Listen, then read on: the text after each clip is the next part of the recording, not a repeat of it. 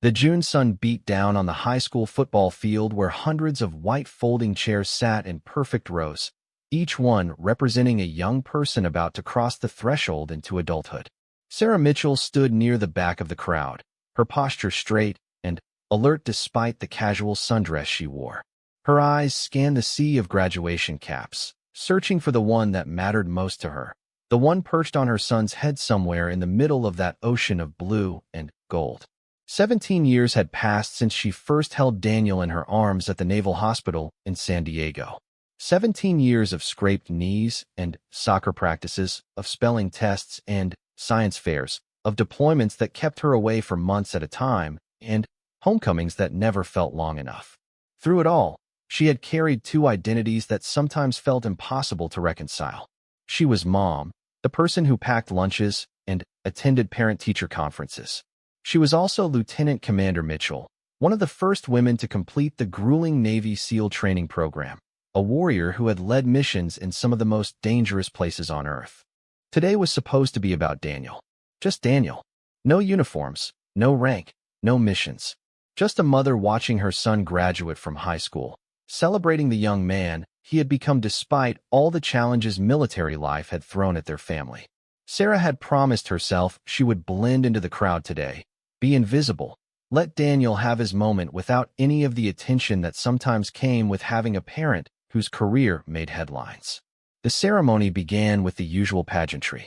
The principal welcomed everyone, made jokes about finally getting rid of this year's senior class, and then launched into a speech about bright futures and endless possibilities. Sarah listened with half an ear, her attention focused on finding Daniel among the graduates. She finally spotted him, sitting in the third row from the front, his cap slightly crooked the way it always was when he wore hats. Even from this distance, she could see him fidgeting with his tassel, nervous energy radiating from his lanky frame. Her phone buzzed in her purse. She ignored it. Nothing was going to pull her attention away from this moment. She had missed too many moments already. She had missed his first steps because she was in training. She had missed his 8th birthday because she was deployed to Afghanistan. She had missed his first high school dance because she was teaching combat tactics to a new class of SEAL candidates. But she was here now, and nothing was going to make her miss watching Daniel walk across that stage. The speeches continued. The valedictorian talked about overcoming obstacles. The student body president made everyone laugh with stories from their 4 years together. Sarah felt her chest tighten with pride, and something else, something that felt like grief for all the ordinary moments she had sacrificed for extraordinary duty. She pushed the feeling down. Today was about Daniel, about celebration, not about regret. That was when the first disruption happened. A group of parents sitting about 10 rows ahead of Sarah suddenly stood up, cheering and shouting. At first, Sarah thought perhaps they were celebrating early, excited for their own child. But the graduates had not even begun walking yet. The principal paused mid-sentence, clearly annoyed but trying to maintain composure. The standing parents did not sit down. Instead, they began waving large signs, the kind people bring to sporting events, covered with glitter and photographs. "Sit down," someone behind Sarah muttered. "Show some respect." The standing group ignored the complaints. One man, wearing a tank top that showed off elaborate tattoos running down both arms, cupped his hands around his mouth and bellowed, "That's my boy. We see you, Tyler." The woman next to him whooped and rang a cowbell, the clanging sound echoing across the field. The principal cleared his throat. "Ladies and gentlemen, we ask that you please hold your applause until after all graduates have received their diplomas. We want to ensure every student has their moment honored." The group sat down, but Sarah could see the tension in the way others shifted in their seats. The ceremony resumed, but something had shifted in the atmosphere. The sense of collective celebration had cracked slightly, letting in something more chaotic. As the first graduate's name was called, the real disruption began. The young woman who walked across the stage first was named Aaliyah Johnson. Her family, seated near the front, erupted with cheers and applause that seemed appropriate, joyful but not excessive. But as she accepted her diploma and turned to face the crowd, the same group that had stood before rose again, this time screaming even louder than before, apparently for their own amusement rather than for Aaliyah. The cowbell rang incessantly. Someone had brought an air horn that blasted 3 sharp bursts. Aaliyah's moment, her individual achievement, was completely drowned out. Sarah watched the girl's smile falter slightly as she realized the noise was not for her at all. She walked off the stage to scattered applause that could barely be heard over the continued chaos. The principal tried again. Please, everyone. This is about respecting each graduate. Hold your celebrations until free country. One of the disruptive parents shouted back. I'll cheer for my kid, however, I want. More names were called. Most families adhered to the request for restraint, offering warm applause that allowed each graduate their individual moment. But the same group continued their pattern. Sometimes they cheered for their own child. Sometimes they simply made noise seemingly for the sake of disruption. Each time, another graduate's special moment was overshadowed. Sarah felt her jaw clench. She recognized the behavior. It was not about celebration. It was about ego, about making everything about themselves, about refusing to follow any rule they did not personally approve. She had seen the same attitude in some recruits during training, individuals who thought the rules did not apply to them, who had to learn the hard way that being part of something bigger meant sometimes putting aside personal desires for the good of the group. But this was not the military. These were civilians exercising what they clearly believed was their right to celebrate however they wanted, regardless of how it affected others. Sarah took a deep breath and forced herself to stay calm. This was not her problem to solve. Someone else would handle it. School security would intervene. The principal would find a way to restore order. The alphabet marched on. Each name brought a new graduate to the stage, and each graduate deserved their moment of recognition. Some got it.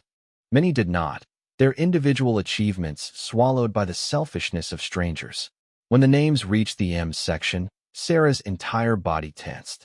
Daniel would be coming soon. She thought about all the nights he had stayed up studying, determined to keep his grades high despite the chaos of frequently moving to new duty stations. She thought about the times he had dealt with bullies who mocked him for having a mom in special operations, called him names that questioned both her femininity and his masculinity. She thought about his resilience, his kindness, his determination to make her proud, even when she was half a world away. Daniel Mitchell, the principal announced. Sarah's son stood and walked toward the stage, his gait confident but humble. He climbed the stairs and reached out to shake hands with the principal. This was it. This was the moment Sarah had been waiting for, had flown across the country for, had cleared her entire schedule for. The disruptive group stood up again. Air horn, cowbell, screaming, cheering. None of it for Daniel. They were celebrating nothing, just making noise, performing for themselves and each other. Daniel accepted his diploma, turned to face the crowd, and tried to smile. Sarah could see the disappointment on his face even from a distance. He looked for her in the crowd, and when their eyes met, she saw him give a small shrug, as if to say it was okay, as if her being there was enough. But it was not okay, and Sarah was not built to accept things that were not okay. She watched Daniel walk off the stage, watched his shoulders slump slightly as he disappeared back into the crowd of graduates. She watched 3 more students have their moment stolen. She watched parents around her growing increasingly frustrated, some shouting at the disruptive group, others just shaking their heads in disgust. She watched school security standing uselessly at the edges of the ceremony, clearly unsure how to handle the situation without causing an even bigger scene. And then, Sarah Mitchell made a decision. She rose from her seat and began moving through the crowd. People turned to look at her, perhaps expecting another disruption, but something in her bearing made them move aside without complaint. Sarah did not rush. She walked with purpose, each step measured, her expression calm but her eyes hard with determination. She reached the row where the disruptive group sat. They were preparing for their next outburst, laughing among themselves, completely oblivious to the frustration and anger they had generated. Sarah stepped into their row and positioned herself directly in front of the man with the tattoos who seemed to be the ringleader. "Excuse me," she said, her voice pitched low but carrying clearly.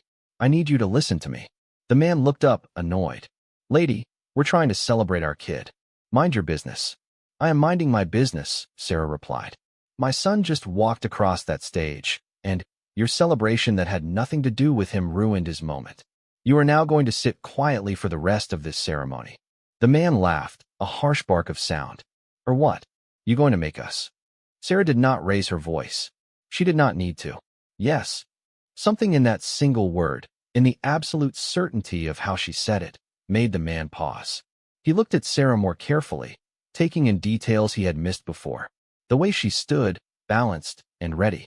The scars visible on her arms. Thin white lines that spoke of violence survived. The muscles that her sundress could not completely hide.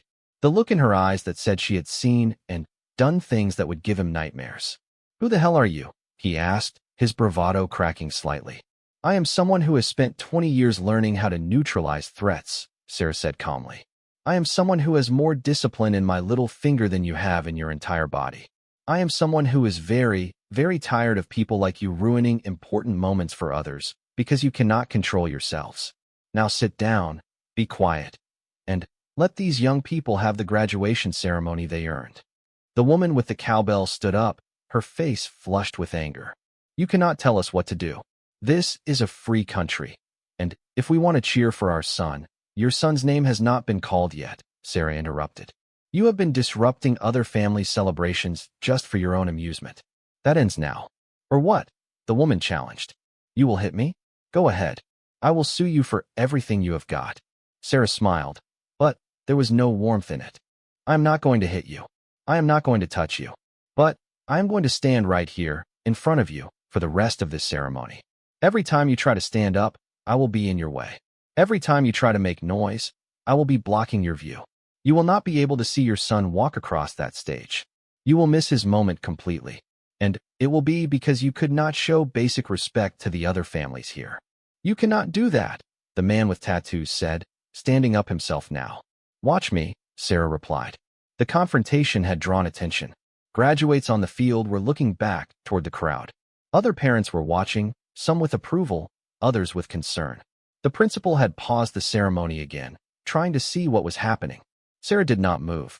She stood her ground, her body language making it clear she meant every word she had said.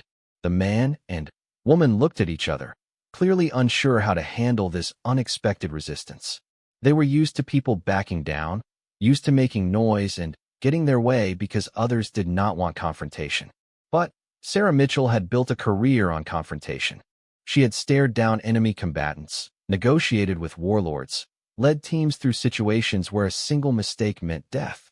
A couple of entitled parents at a high school graduation were not going to intimidate her. "Fine," the man finally said, sitting back down. "We will be quiet. Happy now." "I will be happy when this ceremony concludes without any more disruptions," Sarah said. She remained standing in front of them, making it clear she was not bluffing about blocking their view. The woman glared at her, but also sat down, placing the cowbell on the ground beside her chair. The air horn disappeared into someone's bag. The large signs were lowered.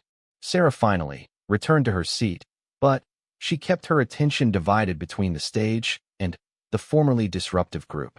The principal, seeming to sense that whatever crisis had been building had passed, resumed calling names. The rest of the ceremony proceeded smoothly. Each graduate got their moment of recognition, their individual celebration unmarred by chaos. When the disruptive group's son finally walked across the stage, they clapped and cheered, but within reasonable bounds, perhaps conscious of Sarah's eyes on them. When the last diploma had been distributed and the graduates threw their caps into the air in the traditional celebration, the crowd erupted in applause.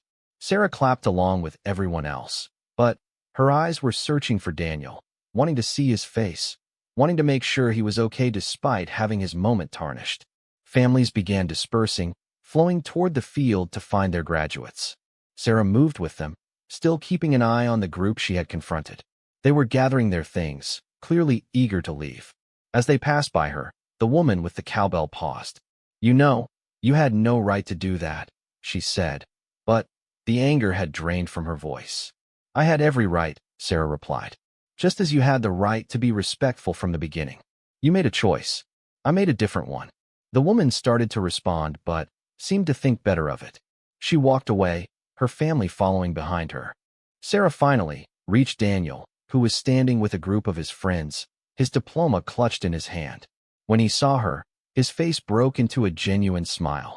"Mom," he called out, breaking away from his friends to jog over to her. She opened her arms and hugged him tightly. This young man who would always be her little boy no matter how tall he grew or how old he got. When they pulled apart, she could see questions in his eyes. "Did you really confront those people?" Daniel asked. "Everyone is talking about it." "I did," Sarah admitted. "I am sorry if I embarrassed you." Daniel shook his head. "Are you kidding? That was the coolest thing ever. All of us were so frustrated with them, but none of us knew what to do. And then you just handled it, like it was nothing." "It was not nothing," Sarah said. "But some things are worth standing up for. Your graduation was one of them." They walked together toward the parking lot, Daniel chattering excitedly about his plans for the summer, his upcoming college enrollment, all the changes that lay ahead. Sarah listened, soaking in every word, grateful she had been here for this moment even if it had not gone exactly as planned. As they reached her car, Daniel suddenly turned serious. "Mom, can I ask you something?" "Anything," she replied. "How did you know they would back down? What if they had not? What would you have done?" Sarah considered the question. "Honestly, I did not know for certain they would back down. But I knew I meant what I said, and I think they sensed that. Most bullies, and that is really what they were, back down when someone stands up to them. Not always, but usually. And if they had not backed down, then I would have stood in front of them for the entire rest of the ceremony. Exactly like I promised," Sarah said. "I would have missed seeing the rest of the graduation myself, but it would have been worth it to protect everyone else's moments." Daniel looked at his mother with something like awe. "That is so you, Mom. Always willing to sacrifice for others." "Not always," Sarah said quietly. "I have missed a lot of your moments over the years, Daniel. I was not willing to miss this one. And I was definitely not willing to let strangers ruin it." They got into the car, but before Sarah started the engine, Daniel spoke again. "For what it is worth, even though those people were jerks, I still felt proud today. Because you were here. That is all I really needed." Sarah felt tears prick at her eyes. She reached over and squeezed Daniel's hand. "I am so proud of you. Not just for graduating, though that is wonderful, but for the person you have become. Kind, resilient, empathetic. You are going to do amazing things, Daniel." "I learned from the best," he replied. As they drove away from the high school, Sarah thought about the confrontation, about the choice she had made to step in when no one else would. She knew some people would criticize her, say she had overstepped, that it was not her place to police other people's behavior. Maybe they were right. Maybe she should have just let it go, accepted that some people are inconsiderate, and there is nothing to be done about it. But Sarah had not become a Navy SEAL by accepting things she knew were wrong. She had not survived combat by letting threats go unchallenged. And she had not raised Daniel to believe that standing by while others were mistreated was acceptable. The disruption at Daniel's graduation had been a small thing in the grand scheme of the world's problems. No one had been physically hurt. No lasting damage had been done. But sometimes the small things matter most. Sometimes standing up for basic decency and respect, even in situations that seem trivial, is what separates a civilized society from chaos. As they pulled into their driveway, Daniel's phone buzzed with a text. He looked at it and laughed. "It is from Marcus. He says you are trending on TikTok. Someone filmed the whole thing and posted it." Sarah groaned. "Of course they did. That is just perfect. Come on, Mom. It is not that bad. You look like a total badass in the video. My friends are all saying their parents wish they had done what you did." Later that evening, after the graduation dinner with extended family, and after Daniel had gone out to celebrate with his friends, Sarah sat in her home office and, finally, allowed herself to watch the video Daniel had mentioned. Someone with a good phone camera had captured the entire confrontation in surprisingly clear detail. The video had already been viewed over 1 million times. The comments were mixed, as internet comments always are. Some praised her for standing up to disruptive behavior. Others criticized her for confronting the other parents, saying she had no authority to tell anyone how to behave. Some made jokes about not messing with military moms. A few even recognized her from news coverage of her SEAL accomplishments and shared that information, which brought a whole new wave of attention. Sarah closed her laptop and rubbed her temples. She had not wanted attention. She had just wanted Daniel to have a proper graduation ceremony. But, once again, her instinct to fix problems and Protect others had put her in the spotlight. Her phone rang. It was her commanding officer, Captain Rodriguez. "Sarah, I just saw the video," Rodriguez said without preamble. "Want to tell me what happened?" Sarah explained the situation, half expecting a reprimand for bringing negative attention to the Navy. Instead, Rodriguez laughed. "Only you, Mitchell. Only you could turn a high school graduation into a tactical operation. But, for the record, good job. Someone needed to put those people in their place, and I am glad it was you." "I was not trying to make a scene," Sarah said. "I just wanted my son to have his moment. And he did, thanks to you." "How is Daniel, by the way?" "He is great. Excited about college.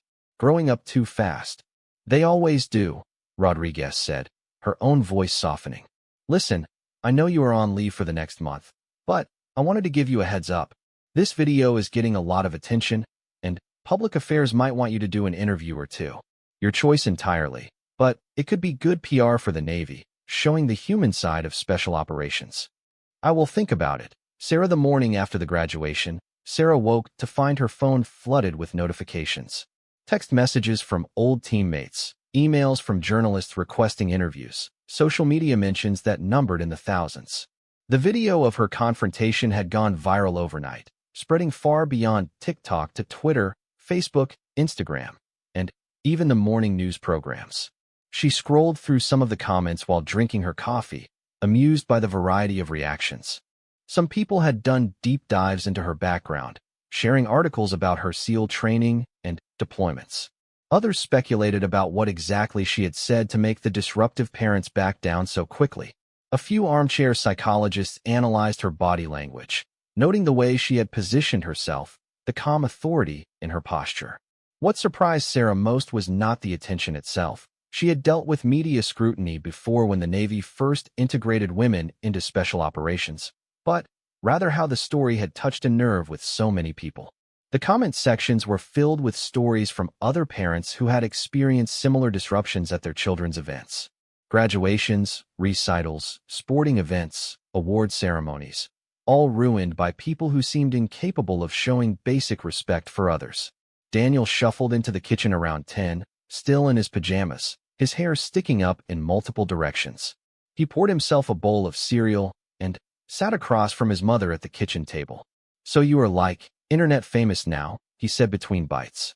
"My phone has been blowing up all night." "I am sorry about that," Sarah said. "I know you probably did not want your graduation to become a viral moment." Daniel shrugged. "Actually, it is kind of cool. I mean, yeah, those people were jerks, and it sucks that they disrupted everything. But now everyone is talking about respect and consideration and doing the right thing. That is not a bad conversation to have." Sarah smiled at her son's mature perspective. "When did you get so wise?" "I learned from watching you," Daniel replied, echoing his words from the day before. "You have always taught me to stand up for what is right, even when it is hard or uncomfortable. You just practiced what you preach." Before Sarah could respond, the doorbell rang. She glanced at the clock, wondering who would be visiting at this hour on a Sunday morning. Through the front window, she could see a news van parked on the street, a camera operator setting up equipment. "Absolutely not," Sarah muttered, heading for the door. She opened it to find a perky reporter in a perfectly pressed suit, microphone in hand, cameraman hovering behind her. "Lieutenant Commander Mitchell, I am Jessica Torres from Channel 7 News. We would love to get your perspective on what happened at the graduation yesterday. Just a few quick questions." "No comment," Sarah said firmly but politely. "This is my home, and I would appreciate it if you would respect our privacy." "But you are a hero to so many people right now," Jessica persisted. "Parents everywhere are praising you for standing up to." "I am not a hero," Sarah interrupted. "I am a mother who wanted her son to have a nice graduation. That is all. Now please leave." She closed the door before the reporter could protest further. Through the window, she watched Jessica confer with her cameraman, then reluctantly pack up their equipment. The news van pulled away, but Sarah had a feeling it would not be the last media outlet to come knocking. Her phone rang. It was her mother, calling from Florida. "Sarah Elizabeth Mitchell, what on earth did I just see on the Today Show?" her mother demanded. Sarah sighed. "Hi, Mom. I am guessing you saw the video." "Everyone has seen the video, honey. You are all over the news. They are calling you the Navy SEAL mom," who single-handedly restored order to a chaotic graduation ceremony. That is a bit dramatic, Sarah said. I just asked some rude people to be quiet. You did more than that. And you know it, her mother replied. But Sarah could hear the pride in her voice. I am glad someone finally stood up to that kind of behavior. Lord knows it happens far too often these days. People seem to think they're right to celebrate, however. They want trumps everyone else's right to enjoy an event. You reminded them that is not how civilized society works. They talked for another 20 minutes, her mother filling her in on family news and extracting promises that Sarah and Daniel would visit Florida before Daniel left for college. After hanging up, Sarah found herself thinking about what her mother had said about civilized society and the balance between individual rights and collective consideration. It was a topic she had thought about often during her military career. In the SEALs, individualism had to be tempered with teamwork. Yes, each operator was exceptionally skilled and capable of independent action. But the real strength came from working together, from subordinating personal glory to team success, from understanding that sometimes the mission required sacrifice. The same principles applied to society at large, Sarah believed. Freedom did not mean the absence of responsibility to others. Rights came with corresponding duties. The right to celebrate came with the duty to do so in a way that did not trample on others' rights to celebrate too. But these were big, philosophical thoughts, and Sarah had more immediate concerns, like the fact that 3 more news vans had just pulled up outside her house. Daniel, she called out, pack a bag. We are going to stay at Aunt Jennifer's for a few days until this dies down. Her younger sister Jennifer lived about an hour away in a gated community that would keep reporters at bay. Daniel emerged from his room, already dressed, his overnight bag in hand. Way ahead of you, Mom. I figured we would need an escape plan. Sarah laughed despite herself. That tactical thinking. I taught you well. They slipped out the back door, climbed into Sarah's SUV parked in the garage, and backed out before the news crews could intercept them. As they drove through their neighborhood, Sarah noticed several neighbors standing in their yards, clearly watching the media circus at her house with curiosity. This is insane, Daniel said, scrolling through his phone. There are think pieces about you now, op-eds about respect culture and participation trophy generation and all this stuff that has nothing to do with what actually happened. Welcome to the internet, Sarah said dryly. Everyone wants to use everything as ammunition for their pre-existing opinions. The actual events matter less than what people can project onto them. They arrived at Jennifer's house to find Sarah's sister waiting on the porch, a knowing smile on her face. Jennifer was 5 years younger than Sarah, a pediatrician with 3 kids of her own. Where Sarah was all sharp angles and controlled strength, Jennifer was soft curves and easy warmth. They had always been different, but close. The famous Navy SEAL mom graces us with her presence, Jennifer teased as Sarah and Daniel climbed out of the car. Should I get your autograph now before you become too famous to associate with us regular people?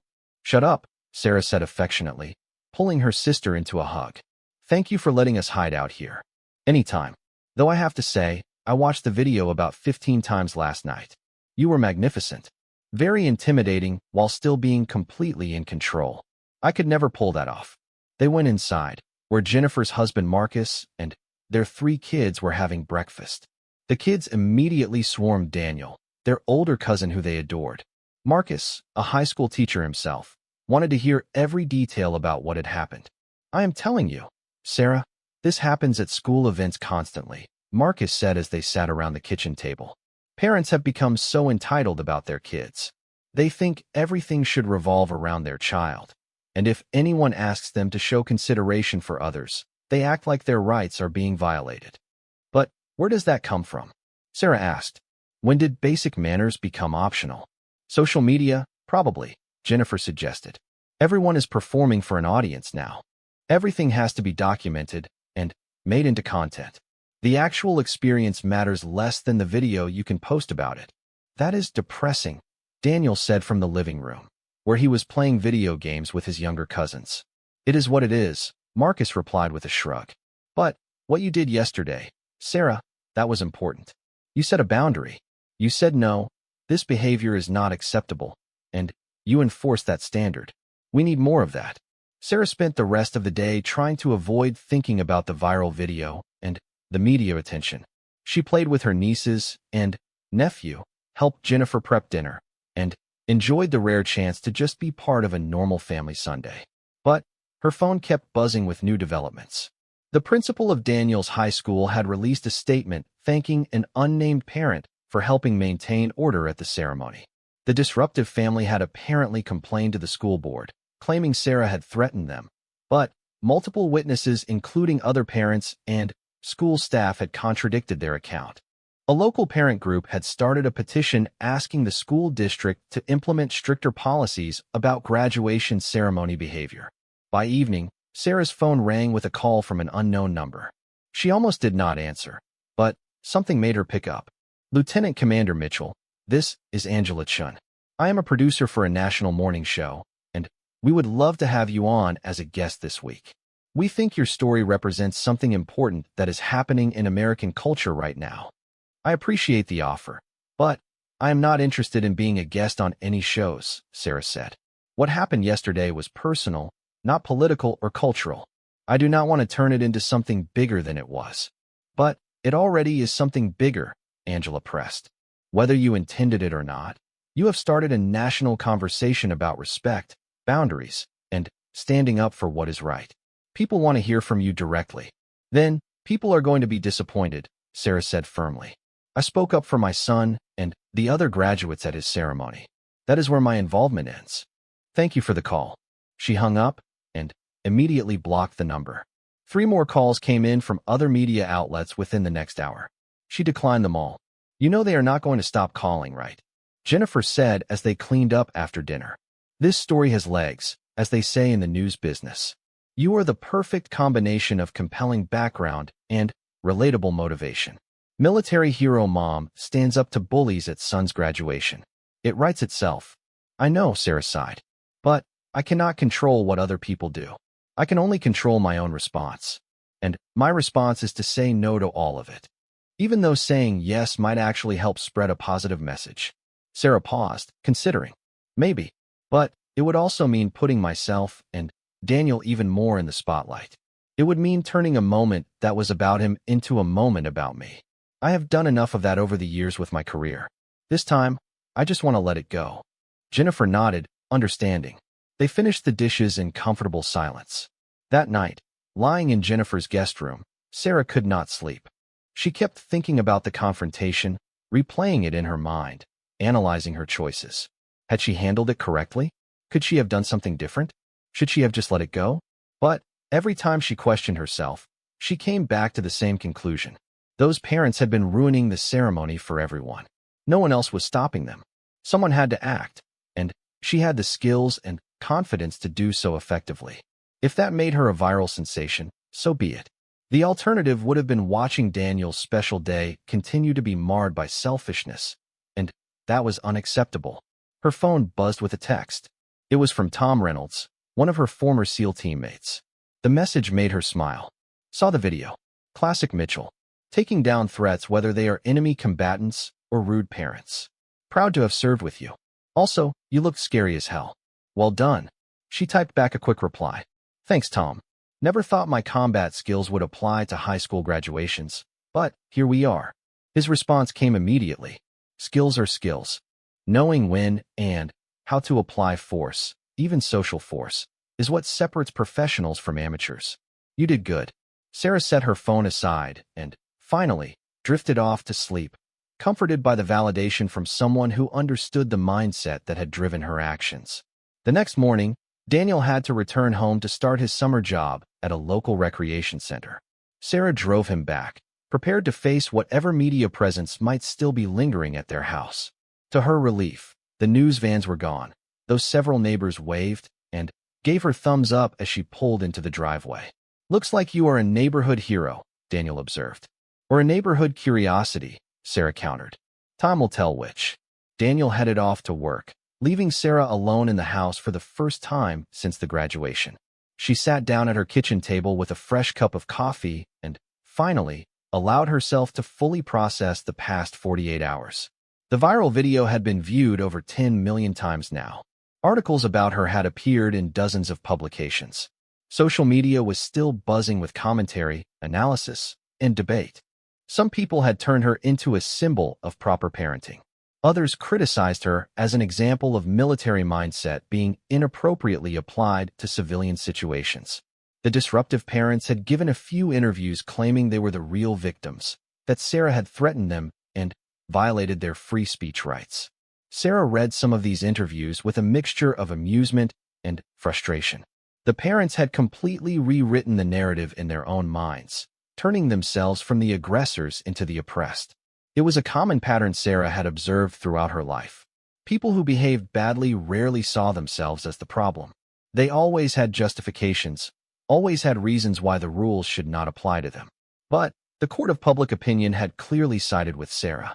The parents' interviews were met with skepticism and ridicule. Multiple people who had attended the graduation came forward to share their own videos and accounts, all confirming that Sarah's intervention had been measured and necessary. By the end of the week, the story had started to fade from the news cycle, replaced by newer controversies and scandals. Sarah was grateful for the reprieve. She had never sought fame or attention. She had simply done what she thought was right in the moment. Daniel's summer routine settled into a comfortable pattern. He worked at the rec center during the day, teaching swimming lessons to young kids. In the evenings, he hung out with friends, went to parties, enjoyed his last few months before college started. Sarah watched him navigate this transitional time with pride, seeing glimpses of the man he was becoming. One afternoon, about 2 weeks after the graduation, Sarah was grocery shopping when a woman approached her in the produce section. "Excuse me, are you the mom from the video? The Navy SEAL who confronted those people at the graduation?" Sarah tensed, unsure if this would be a positive or negative interaction. "Yes, that was me." The woman's eyes filled with tears. "I just wanted to thank you. My daughter's graduation last year was completely ruined by similar behavior. Parents screaming and blowing horns and making it all about themselves. It was supposed to be my daughter's special day, and it became a circus. I was too scared to say anything, and I have regretted that ever since. Seeing you stand up for what was right, it meant so much to me. I wish I had been that brave." Sarah felt her own throat tighten. You did not fail your daughter. Sometimes the situation just does not allow for intervention. The important thing is that she graduated, that you were there. "Maybe," the woman said, wiping her eyes. "But still, thank you. You reminded people that we do not have to accept bad behavior just because confrontation is uncomfortable." After the woman walked away, Sarah stood in the produce section for a long moment, holding a bag of apples, thinking about the ripple effects of that single decision to stand up and speak out. She had not changed the world. She had not solved some major social problem. But maybe she had reminded people that small acts of courage matter, that setting boundaries is important, that standing up for others is worthwhile even when it is difficult. When she got home, she found Daniel on the couch, watching television. She set down the groceries and sat next to him. "Daniel, can I ask you something honestly? Do you wish I had not confronted those parents? Do you wish I had just let it go?" Daniel muted the TV and turned to face her. "Mom, I am going to tell you something I should have said right away. When you stood up to those people, when you made them stop ruining everyone else's ceremony, I felt proud. Not just because you are my mom, not just because you protected my moment, but because you showed everyone there that sometimes you have to act, even when it is easier not to, even when it makes you uncomfortable or puts you in the spotlight." He paused, seeming to gather his thoughts. "I have spent my whole life watching you be brave, watching you do hard things, watching you stand up for what you believe in. And yeah, sometimes that meant you were not around as much as other kids' parents. Sometimes that made our life more complicated. But it also taught me something important. It taught me that being a good person is not about just taking care of yourself and your own. It is about protecting others too, even strangers, even when there is no reward for doing so." Sarah felt tears spilling. D3 weeks had passed since the graduation incident, and Sarah thought the attention had finally died down completely. The viral video still circulated on social media, occasionally resurfacing when someone new discovered it. But the media frenzy had moved on to other stories. Life had returned to something approaching normal. Then, the letter arrived. It came in a plain white envelope, addressed to Sarah Mitchell with no return address. Inside was a single page, handwritten in neat cursive script. Sarah read it standing at her mailbox, the afternoon sun warm on her shoulders. Dear Ms. Mitchell, you do not know me, but I was at my nephew's graduation the same day as your son's. I was seated several rows behind the family you confronted, and I watched the entire incident unfold. I want to tell you something I have not told anyone else. I am a combat veteran myself, Army infantry, 3 tours in Iraq. When I came home, I struggled. I still struggle. One of the hardest things about civilian life is watching people take their freedom for granted, watching them act selfishly and disrespectfully with no consequences, watching basic standards of behavior erode. It makes me angry in ways I cannot always control. At that graduation, when those parents kept disrupting everything, I felt that anger building. I was about to do something I would have regretted, something that might have gotten me arrested or worse. But then, you stood up. You handled it perfectly, with control and authority, but without violence or excess. You reminded me that there are better ways to deal with these situations. You may have prevented me from making a terrible mistake. I just wanted you to know that. Thank you for your service, both in the Navy and at that graduation. Respectfully, a fellow veteran. Sarah read the letter 3 times, each time feeling the weight of words she had never expected to receive. She had been so focused on defending Daniel's ceremony, on standing up for basic decency, that she had not considered what other effects her actions might have had. The idea that her controlled response might have prevented another veteran from losing control in anger was sobering. She folded the letter carefully and tucked it into her pocket, making a mental note to find a safe place to keep it. As she walked back toward her house, her phone rang. It was Captain Rodriguez again. Sarah, I have a situation I need to discuss with you, her commanding officer said without preamble. How much longer are you on leave? Another week and a half. Why? What is going on? The Secretary of the Navy wants to meet with you, specifically about the graduation incident and its aftermath. Sarah stopped walking. You are joking. I wish I was. Apparently, the video caught the attention of someone high up, and now there is interest in using your story as part of a public relations initiative. They want to talk to you about doing some speaking engagements about leadership, courage, and applying military values to civilian situations. Absolutely not, Sarah said immediately. I already turned down every media request. I am not turning my son's graduation into a PR opportunity for the Navy. I hear you, and I told them you would probably say that, Rodriguez replied. But this is coming from the Secretary's office. It is not really a request you can just decline. You need to at least take the meeting. Sarah felt frustration building in her chest. When? Day after tomorrow. Pentagon. I will send you the details. After hanging up, Sarah stood in her driveway, looking at her house, at the normal suburban neighborhood she called home, and felt the familiar pull of 2 worlds colliding.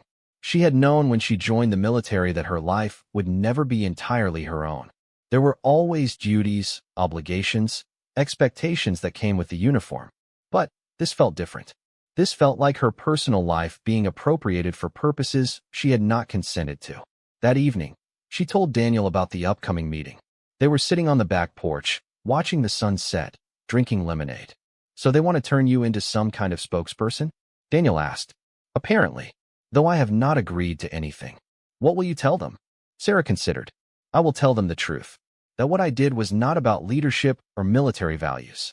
It was about being a mother protecting her son's special moment. If they want to use that for recruitment or PR, they can find someone else. But what if they order you to do it? Daniel asked. Can they do that? Technically, yes. I am still an active duty officer. But they would not order me to do public speaking.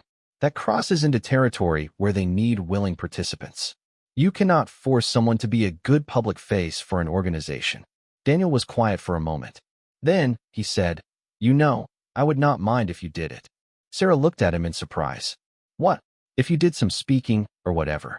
I have been thinking about it, and maybe there is value in what happened.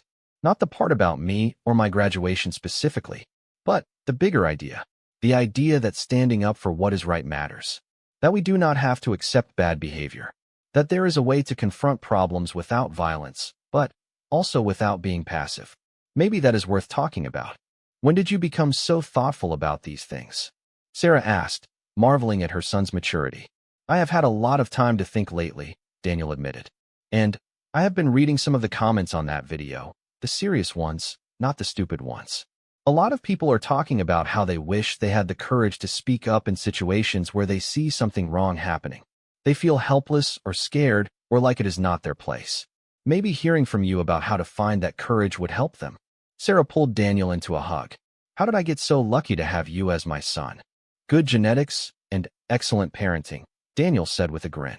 2 days later, Sarah found herself in the Pentagon, wearing her dress uniform, waiting in a conference room for the Secretary of the Navy.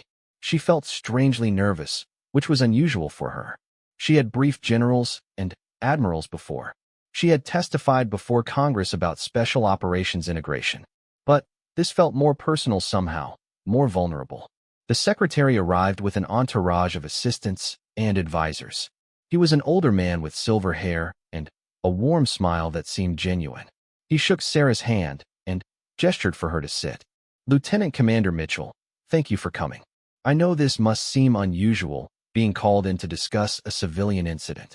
It does, sir, Sarah said honestly. I am not entirely sure why I am here. The secretary leaned back in his chair. Let me be direct.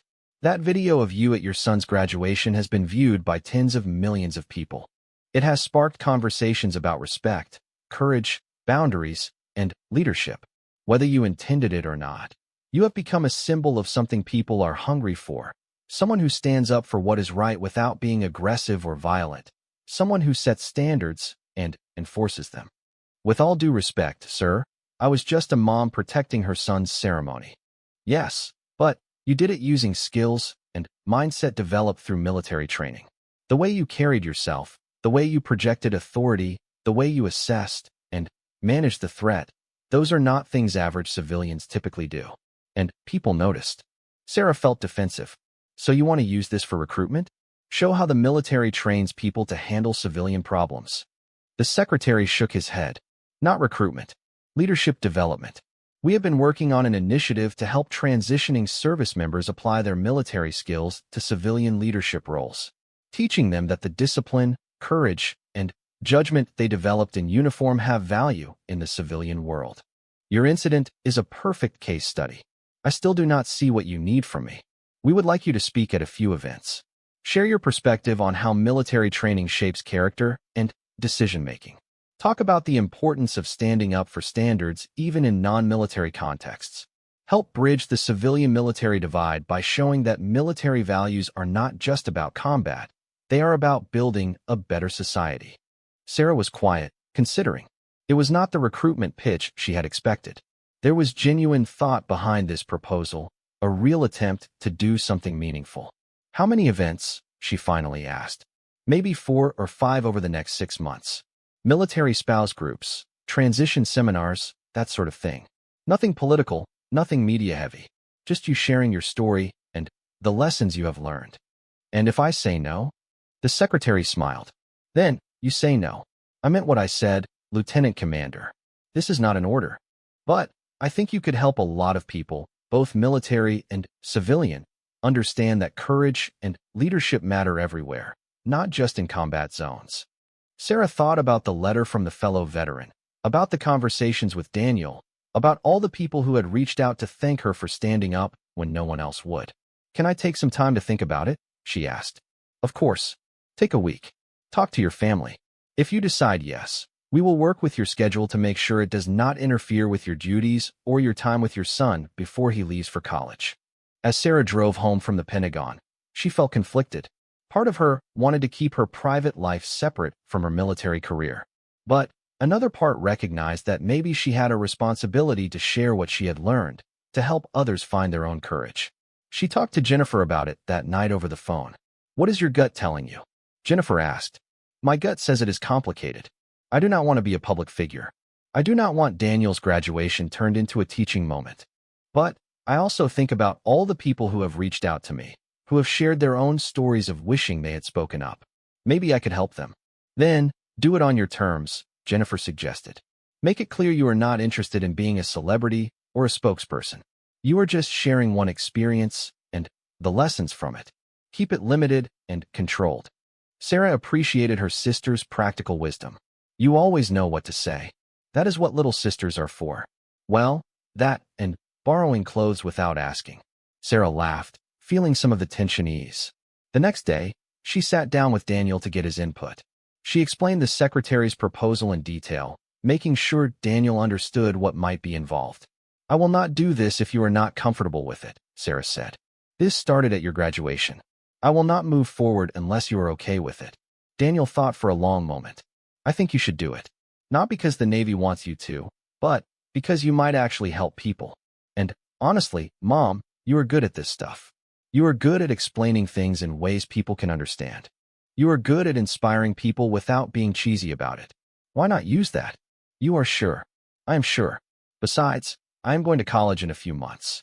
You will need something to do besides worry about me. Sarah swatted his arm playfully. I do not just worry about you. You totally do. But it is okay. That is what moms do. A week later, Sarah called Captain Rodriguez and asked her to relay her decision to the secretary's office.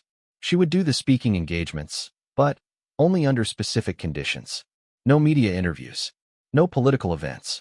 Topics focused solely on leadership and personal responsibility, not military recruitment or policy. And all scheduling would accommodate her operational duties and family commitments. The answer came back within a day. Accepted. All conditions agreed to. The first speaking event was scheduled for a month later at a military spouse conference in Virginia. Sarah spent the intervening weeks preparing, trying to figure out what she actually wanted to say. She was comfortable briefing military audiences about tactics and operations. But talking about personal experiences, about values and character, felt more exposing. She drafted and redrafted her remarks, running them past Daniel, Jennifer, even some of her SEAL teammates. Each time, she refined and clarified, trying to find the balance between authentic and professional, personal and universal. The night before the event, Daniel helped her practice in their living room. He sat on the couch, pretending to be an audience member, while Sarah stood and delivered her speech. How was that? She asked when she finished. Honestly, a little stiff. You sound like you were giving a military briefing, not sharing something personal. I am more comfortable with briefings. I know, but that is not what these people need. They need to hear from you, the real you, not Commander Mitchell. Tell them about what you were thinking during the graduation. Tell them about being my mom, not just about being a SEAL. Sarah nodded, taking his feedback to heart. When did you become my public speaking coach? Someone has to keep you honest, Daniel teased. The next day, standing backstage at the spouse conference, Sarah felt more nervous than she had before any mission briefing. But as she walked onto the stage and saw the audience, hundreds of military spouses who had their own stories of sacrifice and challenge, she felt something shift inside her. These were her people. They understood the life, the struggles, the constant balancing act of duty and family. She did not need to perform for them. She just needed to be honest. Good morning, she began, her voice steady. My name is Sarah Mitchell. I am a Navy SEAL, a mother, and, apparently, a viral video sensation. I am here today because 3 weeks ago, I did something at my son's high school graduation that started a national conversation. I am going to tell you what happened, why I did what I did, and what I have learned from the experience. But, more importantly, I want to talk about how we find courage in everyday moments, how we stand up for what is right when it would be easier to stay quiet, and how the skills we develop in military life can make us better citizens, parents, and community members. The audience was attentive, engaged. Sarah shared the story of the graduation, not leaving out the details about her own uncertainty and nervousness before confronting the disruptive parents. She talked about the letter from the veteran, about Daniel's mature response, about the unexpected ways one moment of courage had rippled outward. I did not stand up that day because I am a Navy SEAL, Sarah said. I stood up because I am a mother who refused to let strangers ruin my son's special moment. The SEAL training gave me the confidence and skills to do it effectively. But the motivation came from love, from that fierce protective instinct every parent understands. That is the lesson I want to share with you today. You do not need special operations training to stand up for what is right. You just need the willingness to act, even when it is uncomfortable. She talked about the importance of standards, about how communities function when people hold each other accountable with both firmness and respect. She shared examples from her military career where setting clear boundaries had prevented bigger problems down the line. She acknowledged the difficulty of confrontation, the fear of making things worse, the very real risks of speaking up. But here is what I have learned, Sarah continued. Silence in the face of wrongdoing is not neutrality. It is tacit acceptance. When we choose not to speak up, we are making a choice, and that choice has consequences. Every time we let bad behavior slide because confrontation is uncomfortable, we make it a little bit harder for the next person to do the right thing. We normalize the unacceptable. We teach people that there are no real standards, only suggestions. The speech lasted 40 minutes. When Sarah finished, the audience rose in a standing ovation that lasted longer than she expected. Afterwards, dozens of people lined up to thank her, to share their own stories, to ask for advice. One woman, probably in her early 30s, waited until the very end. When she finally approached Sarah, her eyes were red from crying. "I just wanted to thank you," she said softly. "My husband is deployed right now." Before he left, there was an incident at our daughter's school, another parent being aggressive and inappropriate. I was too scared to say anything. I felt like such a coward.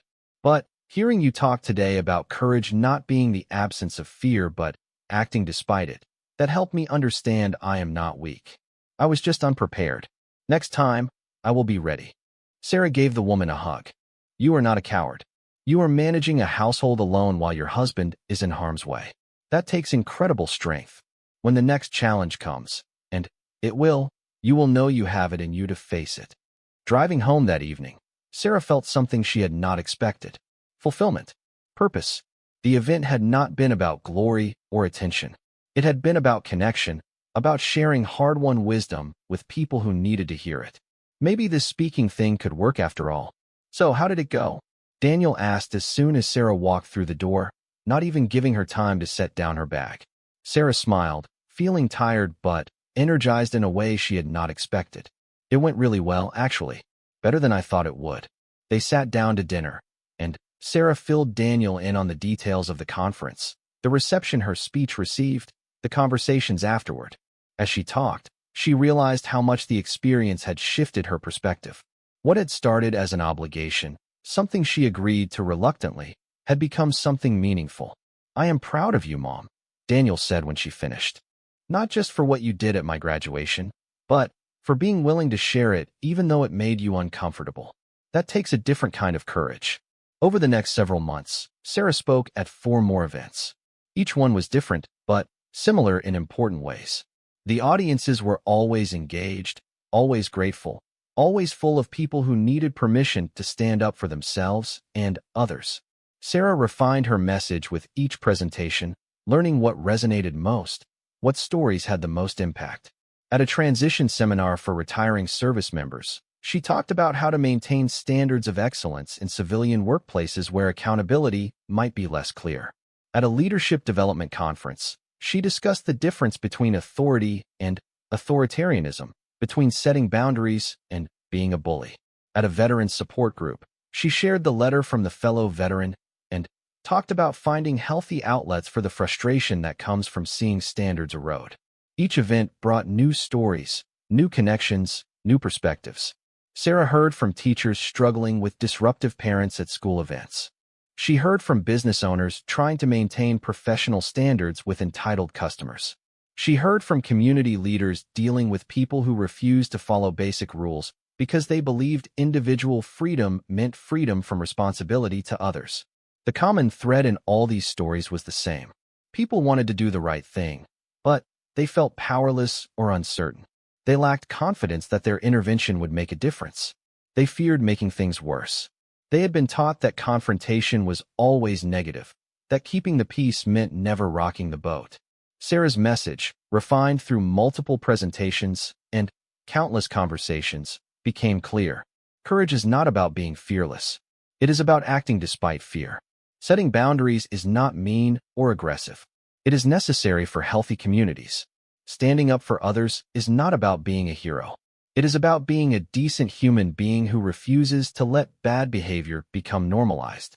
But Even as Sarah found purpose in this unexpected role, she never lost sight of what mattered most. Daniel would be leaving for college in 3 weeks, and she was determined to make their remaining time together count.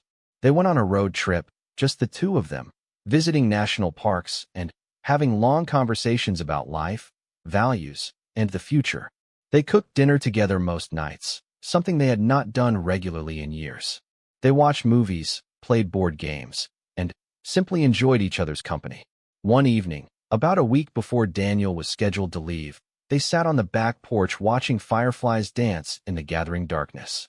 Sarah felt the weight of the approaching separation, the knowledge that this chapter of their lives was ending. "Are you scared?" Sarah asked. "About college, I mean." Daniel considered the question. "A little, but mostly excited. I am ready for something new." "I am going to miss you so much," Sarah admitted, her voice thick with emotion. "I will miss you too, Mom. But we will talk all the time. And I will come home for breaks. It is not like I am disappearing. I know. But it is the end of an era. You have been my constant for 17 years. Suddenly, you will be living your own life, making your own choices without me." Daniel reached over and took his mother's hand. "Mom, you have prepared me for this. Everything you have taught me, everything you have shown me through your actions, that comes with me. The courage to stand up for what is right. The discipline to work hard even when it is difficult. The compassion to care about others. I did not learn those things in a classroom. I learned them from watching you." Sarah squeezed his hand, unable to speak through the tears. "And you know what?" Daniel continued. "When I think about what I want to be, what kind of man I want to become, I think about you. Not despite the fact that you are my mom, but because of it. You have shown me that strength and kindness are not opposites. That being brave does not mean being reckless. That standing up for others is more important than personal comfort. Those lessons will stay with me forever." They sat in silence for a while, both comfortable with the emotions flowing between them. Finally, Sarah spoke again. "When I was at the graduation, confronting those parents, I had a moment of doubt. I thought, what if I am embarrassing Daniel? What if he wishes I had just stayed quiet? But then I realized something. I would rather you see me stand up for what is right and risk embarrassment than see me stay silent and teach you that avoiding confrontation is more important than doing what is right. And you made the right choice," Daniel assured her. "You always do, even when it is hard." The conversation drifted to lighter topics, to Daniel's plans for college, his excitement about his classes, his nervousness about his roommate. But the deeper understanding between them remained, unspoken but solid. The day Daniel left for college arrived with the suddenness of all dreaded moments. Sarah had thought she was prepared. She had mentally rehearsed this day for months. But when the moment came to actually say goodbye in the parking lot of his dormitory, she found herself completely unprepared for the depth of feeling that overwhelmed her. They unloaded boxes and bags, set up his half of the small dorm room, met his roommate and parents. Through it all, Sarah maintained her composure, smiling and chatting and helping organize. But when it was finally time to leave, when she had to actually walk away and let Daniel begin this new chapter without her, she felt something crack inside her chest. "I love you so much," she said, hugging him tightly. "I am so proud of the man you have become." "I love you too, Mom. Thank you for everything." Sarah pulled back, looked at her son's face, memorizing this moment. "You are going to do amazing things, Daniel. I know it, because I learned from the best." Sarah somehow made it to her car before the tears started. She sat in the parking lot for 10 minutes, crying harder than she had in years, mourning the end of childhood, celebrating the beginning of adulthood, feeling all the contradictory emotions of parenthood crashing over her at once. Finally, she pulled herself together, wiped her eyes, and started the long drive home. The house felt empty when she arrived. Daniel's room, usually a disaster of clothes and equipment, was cleaned out and tidy. The kitchen, normally filled with the sounds of him rummaging for snacks, was silent. Sarah wandered through the spaces that had been their home together, feeling the absence like a physical presence. Her phone rang. It was Daniel. "Hey, Mom, I just wanted to make sure you made it home okay." "I am home," Sarah said, smiling despite the tears starting again. "How are you doing?" "Good. Roommate seems cool. We are about to go to some orientation thing. But I wanted to call you first. They talked for a few minutes, just reconnecting after only an hour apart. When they hung up, Sarah felt slightly better. This was not an ending, she reminded herself. Just a transition. Over the next weeks, Sarah threw herself into her work with renewed intensity. She had a new training class to oversee, evaluations to complete, administrative duties that had piled up during her leave. The structure and demands helped distract from the Daniel-shaped hole in her daily life. She also continued with the speaking engagements, finding that the work gave her a sense of purpose beyond her military duties. Each event brought new stories, new connections, new opportunities to help people find their own courage. At one event, a high school principal approached her after her speech. I was at a graduation this spring where something similar to your situation happened. Parents being disruptive, ruining the ceremony for everyone.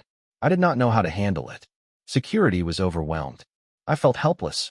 But listening to you talk about the importance of setting and enforcing standards gave me an idea. Next year, we are implementing a new policy. Before the ceremony, we will have all attendees watch a brief video explaining the expectations and consequences for disruption. We will have designated staff trained in conflict de-escalation. We will make it clear from the beginning that respect for all graduates is non-negotiable. That sounds like a great plan, Sarah said, pleased that her experience might lead to systemic change. It is because of you, the principal said. You did not just handle one incident. You started a conversation that is changing how schools approach these events. That is real impact. Sarah thought about that conversation often in the weeks that followed. She had never set out to be an activist or changemaker. She had simply been a mother protecting her son's moment. But sometimes the smallest actions, when they touch on universal truths, can create ripples that extend far beyond their origin. The viral video, which had seemed like an invasion of privacy at first, had become a catalyst for meaningful discussions about respect, courage, and community standards. Schools were changing policies. Parents were having conversations with their children about appropriate behavior at public events. Veterans were reaching out to talk about healthy ways to channel frustration with civilian life. One afternoon, Sarah received a package in the mail. Inside was a framed photo, a screenshot from the viral video showing Sarah standing in front of the disruptive parents, her posture calm, but commanding. Underneath, someone had added text. Courage is grace under pressure. The package included a note. Dear Lieutenant Commander Mitchell, I am a high school senior who attended a different graduation on the same day as your son. Our ceremony was also disrupted by rude parents. I watched them ruin moment after moment, and I felt angry and helpless. When I saw your video later, I cried with relief. Someone had finally stood up. Someone had finally said enough. I start college next month. I am going to hang this photo in my dorm room as a reminder that standing up for what is right always matters, even in small situations. Thank you for showing me what courage looks like. It is not always dramatic or violent. Sometimes it is just a mother calmly but firmly saying no. Sincerely, Emma Rodriguez. Sarah added the photo to her office wall, next to her military commendations and family pictures. It became a reminder that service takes many forms, that leadership happens in unexpected places, that courage is needed everywhere, not just on battlefields. Daniel called regularly from college, always enthusiastic about his classes, his new friends, his expanding world. During one call, about 2 months into his first semester, he mentioned that his sociology professor had shown the viral video in class as part of a discussion about social norms and enforcement. What did they say about it?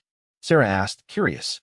The professor used it as an example of informal social control, how communities maintain standards through peer pressure and direct intervention rather than formal rules. She said you demonstrated a perfect balance of assertiveness and restraint. Some students thought you were a hero. Others thought the parents should have been allowed to celebrate however they wanted. It turned into this whole debate about individual rights versus collective good. What did you say? Sarah asked.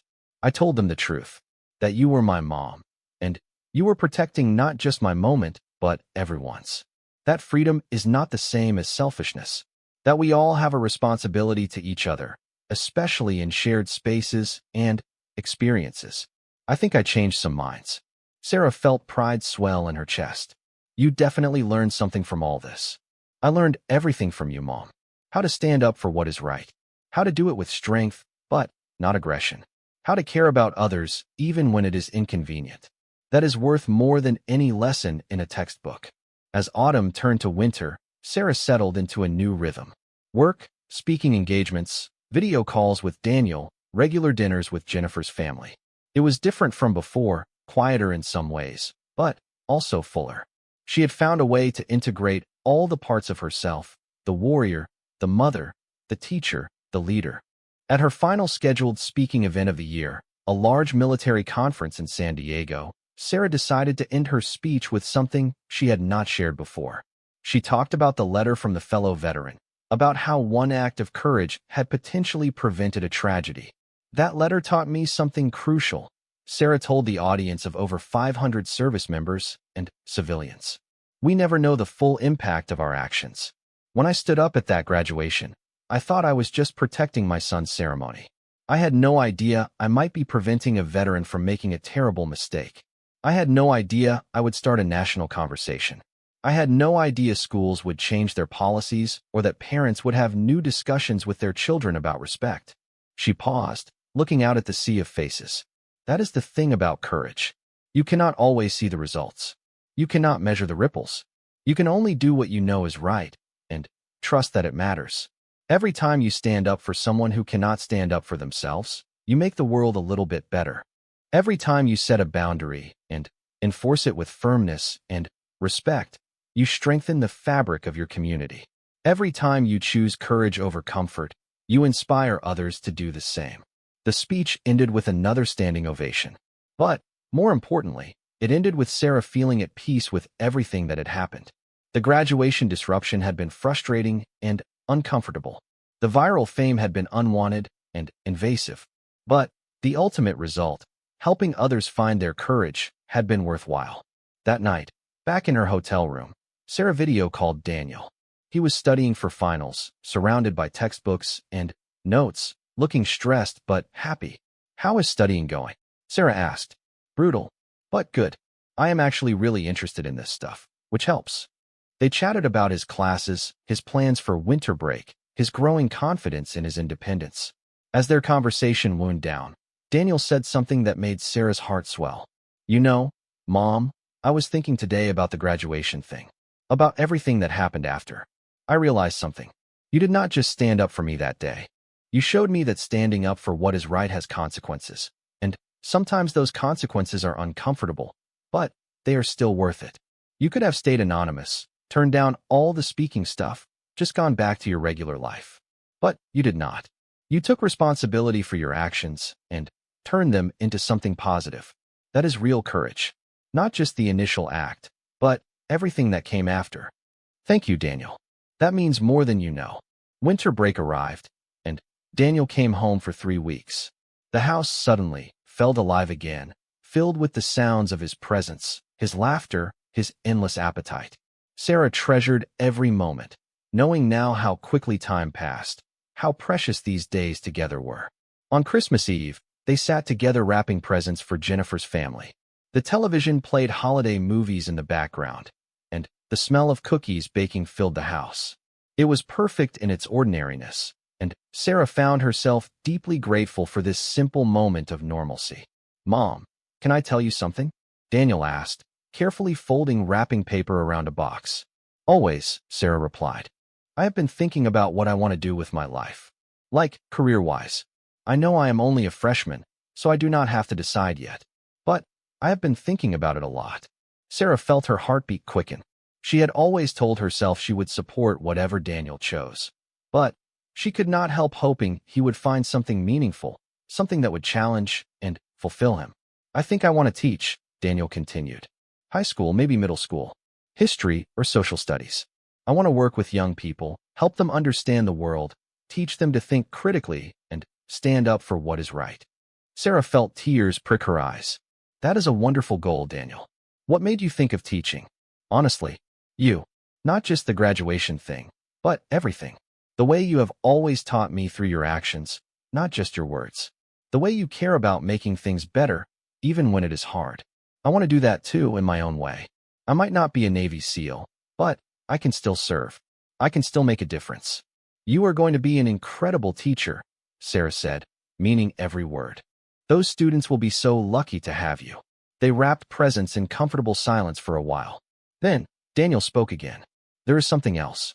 I have been volunteering at the Campus Veterans Center, just helping out with events and stuff. There are a lot of student veterans there, people who served and are now going to college. Some of them are struggling with the transition, with feeling like they do not fit in civilian life. I have been thinking maybe I could focus on that, somehow, helping veterans transition, bridging that gap between military and civilian life. Sarah looked at her son with wonder. He had taken the lessons from her career, from the graduation incident, from everything that followed, and synthesized them into his own sense of purpose. This was her legacy, not the missions she had completed or the awards she had won, but the values she had passed on to her son. I think that is perfect, Sarah said softly. And I will help however I can. Christmas Day was spent at Jennifer's house, surrounded by family, noise, and chaos in the best possible way. Sarah's nieces and nephews swarmed Daniel, demanding he play games with them. Jennifer's husband Marcus cornered Sarah in the kitchen. I just want you to know, Marcus said quietly, that what you did at that graduation, what you have been doing since, it has made a real difference. I have seen it at my school. Parents are more respectful at events now. Kids are talking about the importance of courtesy and consideration. You started something good, Sarah? I just did what needed to be done, Sarah replied, uncomfortable with the praise. That is exactly my point. You did not ask permission. You did not wait for someone else to solve the problem. You saw something wrong and fixed it. That is leadership. We need more of it. That evening, after everyone had gone home, and the house was quiet again, Sarah and Daniel sat together looking at the Christmas tree lights. Sarah felt a deep contentment, a sense that despite all the challenges and complications, things had turned out right. This has been the best Christmas, Daniel said, echoing her thoughts. Just being here with you, being home. I am glad we did not let the graduation thing ruin everything. In a weird way, I think it made things better. How so? Sarah asked. It reminded us what matters. Family, doing the right thing, standing up for each other. All the stuff we sometimes forget when we get caught up in daily life. Plus, it gave you a whole new purpose with the speaking stuff. I can tell you enjoy it, even though you did not think you would. Sarah smiled. You are right. I do enjoy it. I like feeling like I am making a difference in a new way. But you know what I enjoy most? Being your mom. That will always be my most important job. You are really good at it, Daniel said, leaning his head on her shoulder like he used to when he was small. They sat like that for a long time, both reluctant to move and break the spell of the moment. When Daniel returned to college after winter break, Sarah felt the loss again, but less acutely this time. She knew he was thriving, growing, becoming who he was meant to be. She could let go a little more because she trusted the foundation they had built together. Spring brought new speaking opportunities and new challenges. Sarah was asked to testify before a congressional committee about veteran transition programs, specifically about helping service members apply their skills to civilian leadership roles. She spoke passionately about the need for better support systems, for programs that recognized the value veterans brought to their communities, for cultural shifts that honored military service without separating it from civilian life.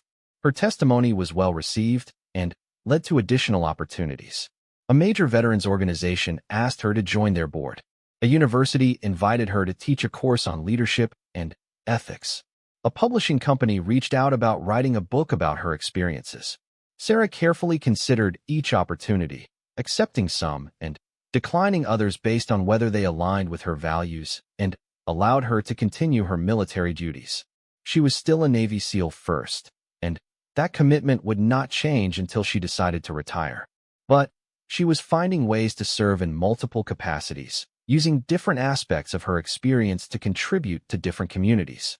One April afternoon, Sarah received an unexpected phone call. It was the mother of the student who had sent her the framed photo, Emma Rodriguez. The woman's voice shook as she explained why she was calling. My daughter saw your video last summer and was so inspired by it. She is at college now, and last week something happened. There was a situation at a party, a male student being aggressive with a female student who clearly was not interested. Everyone else just stood by, too uncomfortable to intervene. But Emma remembered your video, remembered that standing up for others matters even when it is hard. She stepped in, got the girl away safely, reported the incident. The male student was disciplined, and the female student wrote Emma a letter thanking her for being brave enough to help when no one else would. The mother paused, crying openly now. Emma called me last night and said she acted because of you. Because you showed her that courage is not about being the biggest or strongest person. It is about being willing to act when others will not. I just wanted you to know that your example potentially prevented something terrible from happening. You saved that girl, even though you will never meet her. You saved her because you taught my daughter what courage looks like. Sarah found herself crying too, overwhelmed by the cascading effects of that single decision at Daniel's graduation. Thank you for telling me this. Please tell Emma she is the real hero in this story. She is the one who took the lesson and applied it in a crucial moment. That takes extraordinary courage. After hanging up, Sarah sat at her desk for a long time, thinking about ripples and consequences, about how we never know the full impact of our actions. She had stood up at a graduation to protect her son's ceremony. That action had inspired a young woman she had never met. That young woman had then protected someone else who needed help. And that person was now safe because of a chain of events that started with a frustrated mother confronting some rude parents. This was the true meaning of service, Sarah realized. Not the dramatic missions or heroic actions, important as those were, but the everyday choices to do right by others, knowing those choices would ripple outward in ways we could never fully see or measure. When Daniel came home for summer break, he was noticeably more mature, more confident in himself and his direction. He had declared his major in education with a minor in veteran services. He had continued volunteering at the Veterans Center and had even started a peer mentoring program pairing student veterans with traditional students.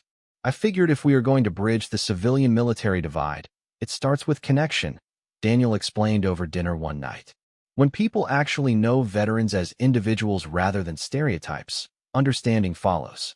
Sarah beamed with pride. That is brilliant, Daniel. How is it going? Really well. We have about 50 pairs now, and people are making real friendships. I think it is helping both sides understand each other better. That summer, Sarah was invited to speak at Daniel's university during orientation for incoming freshmen. She decided to bring Daniel with her to share the stage and tell the graduation story from both perspectives. Standing together in the university auditorium in front of hundreds of new students, Sarah felt a surge of emotion. This was where it had all led, to this moment of passing on wisdom, of showing young people that courage and kindness matter, that standing up for others is not optional but essential. Sarah started by telling the story of the graduation, not leaving out any details. Then, Daniel took over, sharing his perspective as the graduate whose ceremony was being ruined, his feelings when his mother intervened, what the experience taught him about courage and responsibility. My mom did not stand up that day because she is a Navy SEAL, Daniel told the audience. She stood up because she is someone who believes in doing the right thing, even when it is uncomfortable. That is not a military skill. That is a human skill, and it is one all of you need to develop. He talked about his work with the Veterans Center, about the importance of creating inclusive communities, about how everyone has a responsibility to protect those who cannot protect themselves. The audience listened with rapt attention. When they finished, the question and answer session lasted over an hour. Students wanted to know how to find courage in their own lives. They wanted advice on handling difficult situations. They wanted to understand how to balance compassion with firmness, how to set boundaries without being cruel, how to stand up for others without being overbearing. Sarah and Daniel answered as best they could, drawing on their experiences, acknowledging complexity and uncertainty, emphasizing that courage is not about having all the answers, but about being willing to try. After the event, dozens of students approached them to share their own stories or ask for advice. One young man, probably 18, waited until everyone else had gone. I just wanted to tell you both something, he said nervously. I am starting here next month. I am terrified because I have anxiety, and I have always struggled with standing up for myself. But listening to you talk about courage today, I realized something. Courage is not about not being scared. It is about acting even when you are scared. That actually makes me feel better, knowing that fear does not mean I cannot be brave. Sarah smiled warmly at him. You are absolutely right. And the fact that you are here, starting college despite your anxiety, is already an act of courage. Never forget that. The young man left looking more confident, and Sarah turned to Daniel. You were amazing up there. A natural speaker. I learned from the best, Daniel replied with a grin. That fall, as Daniel returned for his sophomore year, and Sarah continued balancing her military duties with speaking engagements, she received news that surprised her. The viral video from the graduation had been included in a documentary about everyday heroism. The filmmakers wanted to interview both Sarah and Daniel about what had happened and its aftermath. Sarah's first instinct was to decline, but Daniel convinced her otherwise. Mom, this could reach even more people. This could help even more students and parents and regular people understand that they have the power to make things better. Why would we say no to that? They agreed to participate, and the interview was scheduled for late September. The filmmaker, a woman named Rebecca Chon, was thoughtful and respectful, asking insightful questions that pushed Sarah to think deeply about what had happened and why it mattered. What do you want people to take away from your story? Rebecca asked toward the end of the interview. Sarah thought carefully before responding.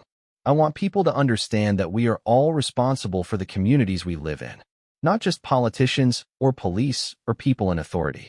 All of us. Every time we see something wrong and do nothing, we make a choice. Every time we prioritize our comfort over someone else's well-being, we make a choice. Every time we stand by while someone is mistreated, we make a choice. And those choices add up. They shape the kind of world we live in. She paused, gathering her thoughts. I also want people to know that standing up does not have to mean being aggressive or violent. You can be firm without being cruel. You can set boundaries without being a bully. You can confront bad behavior while still treating people with basic dignity. That balance is crucial. Daniel added his own perspective. And I want people to know that it is okay to be scared. My mom was nervous about confronting those parents, even with all her training and experience. But she did it anyway because it was the right thing to do. That is the definition of courage. Not the absence of fear, but action despite fear. The documentary premiered 6 months later at a film festival and was picked up by a major streaming service. Suddenly, the graduation incident was back in the national conversation. But this time, it was part of a larger story about ordinary people doing extraordinary things, about small acts of courage that ripple outward to create real change.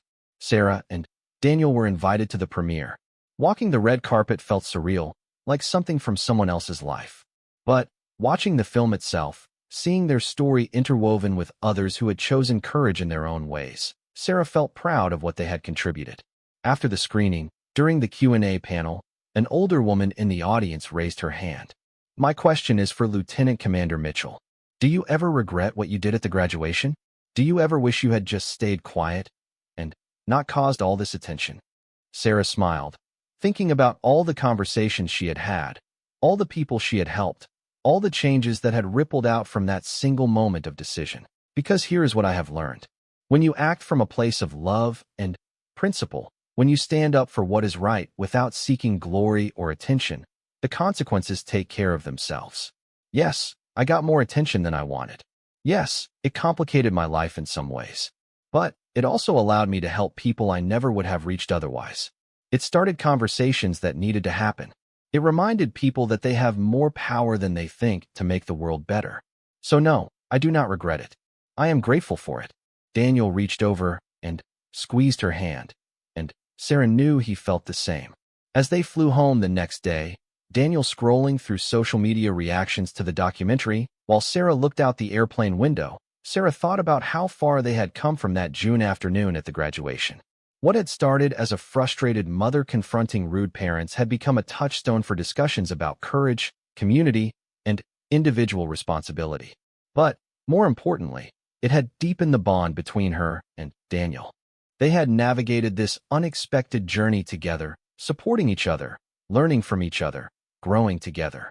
That was the real gift, not the viral fame or speaking opportunities or documentary, but the shared experience that had brought them closer. Mom, Daniel said, looking up from his phone. People are already quoting your answer from last night.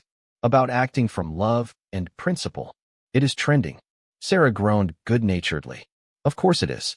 Can we just go back to being normal people now? Mom, we were never normal people. We just did not know how abnormal we were until that graduation. Sarah laughed. Fair point. They sat in comfortable silence for a while. Then, Daniel said quietly, "Thank you." For what? Sarah asked. For being brave that day. For standing up when no one else would. For showing me that the hard choice is usually the right choice. For being the kind of parent I hope to be someday. For everything. Sarah felt her eyes fill with tears. Thank you for being understanding when I was deployed. For being resilient when we had to move.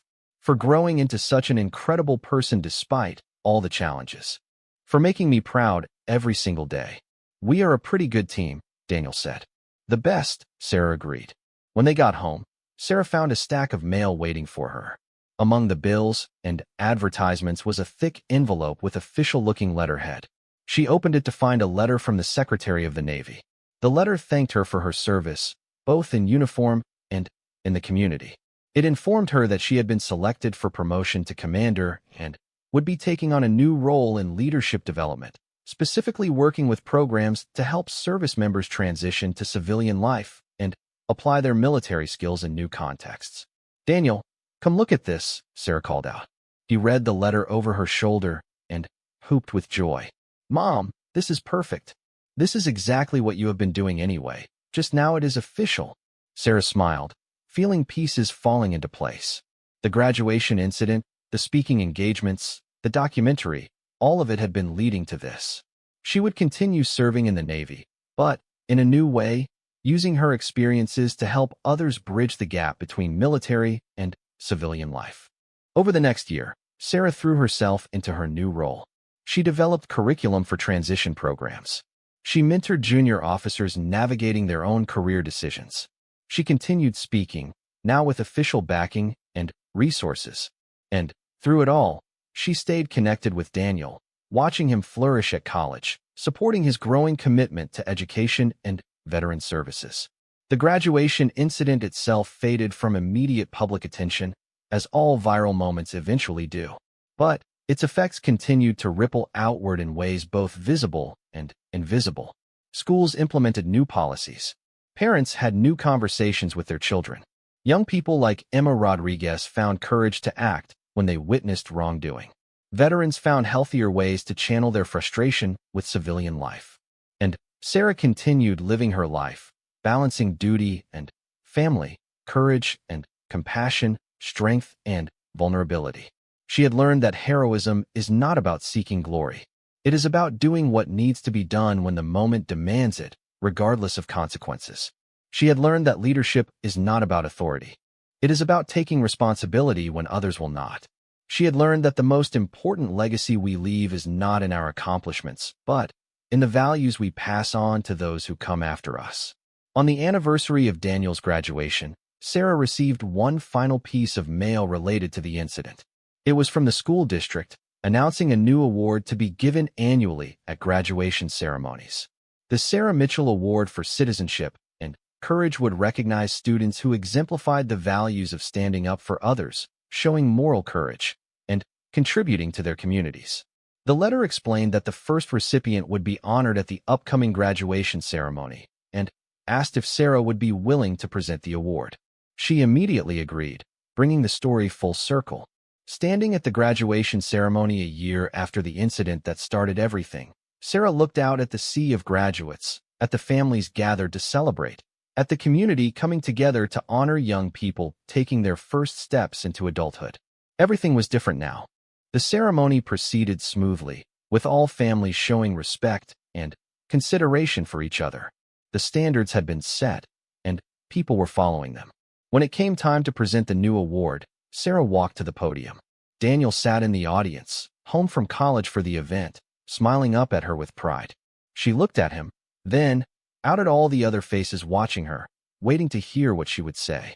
1 year ago, at a ceremony much like this one, I made a choice, Sarah began. I chose to stand up when I saw something wrong happening. I did not know that choice would lead to everything that has followed. I did not know it would start conversations, or inspire changes, or touch so many lives. I just knew that in that moment, action was necessary. That is the lesson I want to share with all of you today, graduates and families alike. We all face moments when we must choose between comfort and courage, between looking away and speaking up, between accepting wrong and fighting for right. The choices we make in those moments define not just who we are, but what kind of world we create together.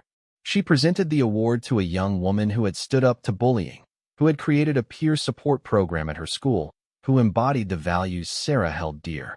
As the girl accepted the award, Sarah saw in her face the same determination she had seen in Daniel, the same commitment to making things better that Sarah herself had carried throughout her life.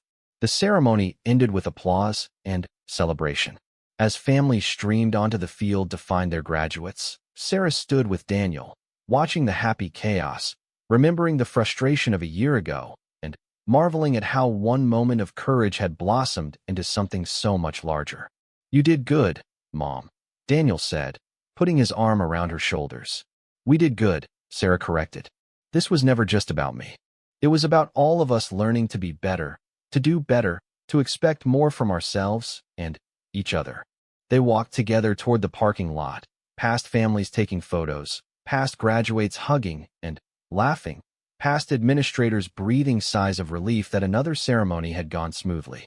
Sarah felt at peace, knowing that whatever came next, whatever challenges or opportunities lay ahead, she had done something that mattered.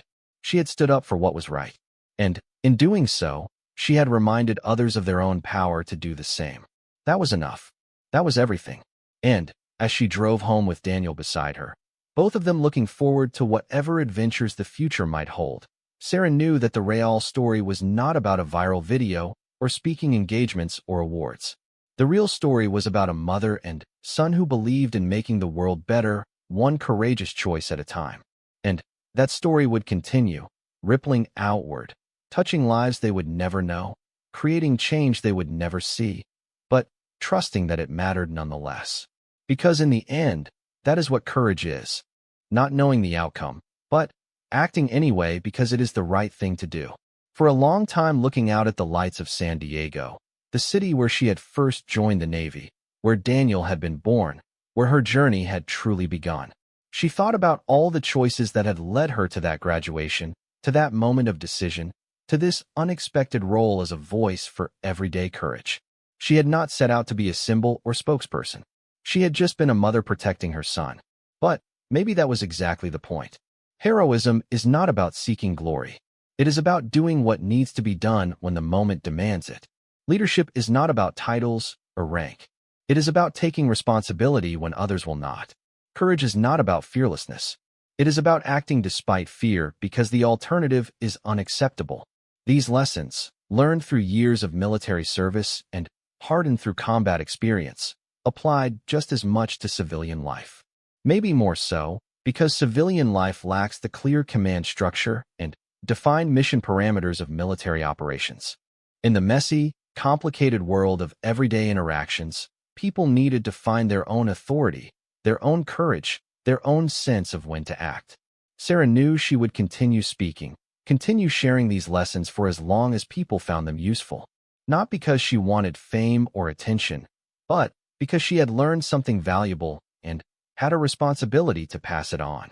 That was the real meaning of service, using your experiences to help others, standing up not just for yourself, but for those who need an ally, leading by example even when no one asked you to lead. When she got home, Daniel was waiting with takeout Chinese food and an expectant expression on her cheeks. "That is the best thing anyone has ever said to me." "Well, it is true," Daniel said, reaching over to squeeze her hand. "So no, I do not wish you had let it go. I am glad you are who you are, Mom, even when it is complicated." They sat together in comfortable silence, mother and son, understanding each other in a way that needed no further words. H promised, though she already knew she would decline. The last thing she wanted was to turn Daniel's graduation into a recruiting opportunity. After hanging up, Sarah walked through her quiet house, looking at the photos on the walls. Daniel at various ages, smiling at the camera. Pictures of her SEAL team, men and women she would trust with her life. Images of places she had been, missions she could not talk about, moments frozen in time that represented sacrifice and service. Two worlds, two identities, mom and warrior. She had spent years trying to keep them separate, trying to protect Daniel from the realities of what she did, trying to be normal when she was home. But today those worlds had collided, and maybe that was okay. Maybe it was even necessary. Daniel needed to see that standing up for what is right sometimes requires courage. He needed to understand that protecting others, even in small ways, matters.